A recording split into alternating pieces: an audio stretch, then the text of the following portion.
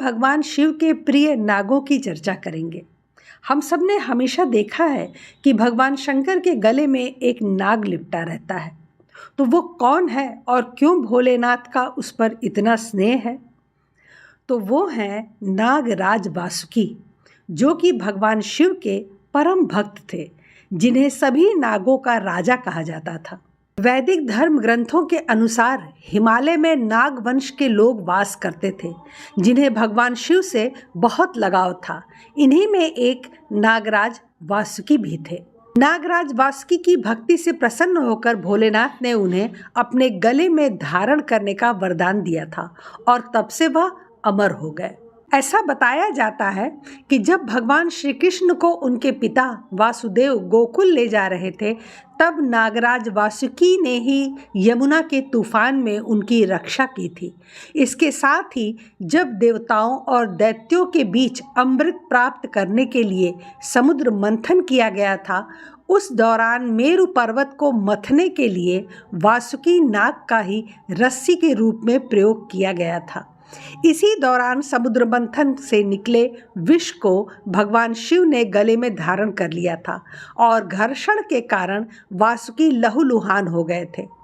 पुराणों में यह भी बताया गया है कि नागराज वासुकी के सिर पर नागमणि स्थापित है।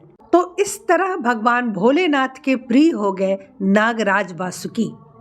लेकिन इन सब के बावजूद आज सामान्यतया सभी लोग सांपों से डरते हैं, क्योंकि उन्हें जानकारी नहीं होती कि सभी सांप विषैले नहीं होते हैं, बल्कि यूँ कहिए कि 90% सांप विषैले नहीं होते हैं, और जो होते भी हैं वो भी अकारण किसी को नहीं काटते।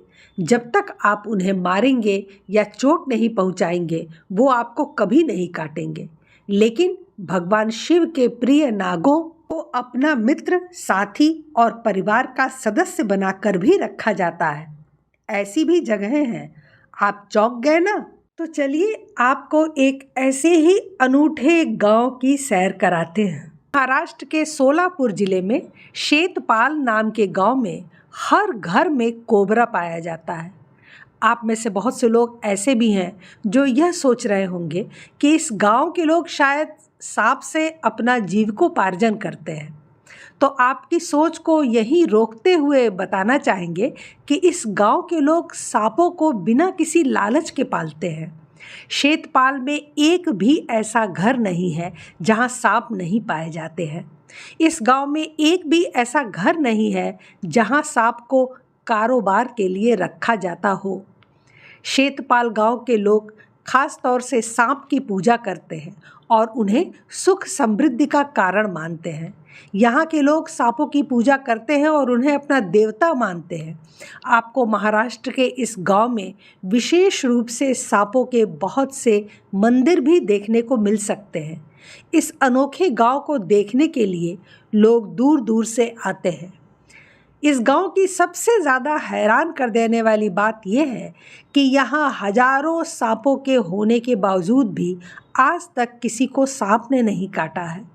शेतपाल गांव की सबसे बड़ी खासियत आप इसे कह सकते हैं। वाकई ये हैरानी की बात है कि हर जगह जहाँ सांप घूम रहे हों, वहाँ किसी को आज तक एक सांप ने भी न काटा हो। इसके पीछे एक कारण यह भी हो सकता है कि यहाँ के लोग सांप को मारते नहीं हैं।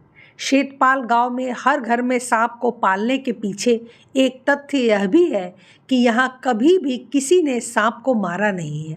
लोग सांपों को देवता स्वरूप मानते हैं और उन्हें मारना किसी पाप से कम नहीं समझते।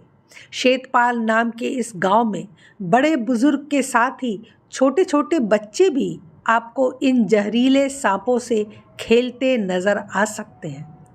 लेकिन ताज्जुब तो इस बात का है कि आज तक किसी भी बच्चे को किसी सांप ने नहीं काटा। इस गांव में जाने के बाद आपको स्कूल, कॉलेज तो दूर की बात, हर एक नुक्कड़ पर आपको सांप ही दिखाई देगा।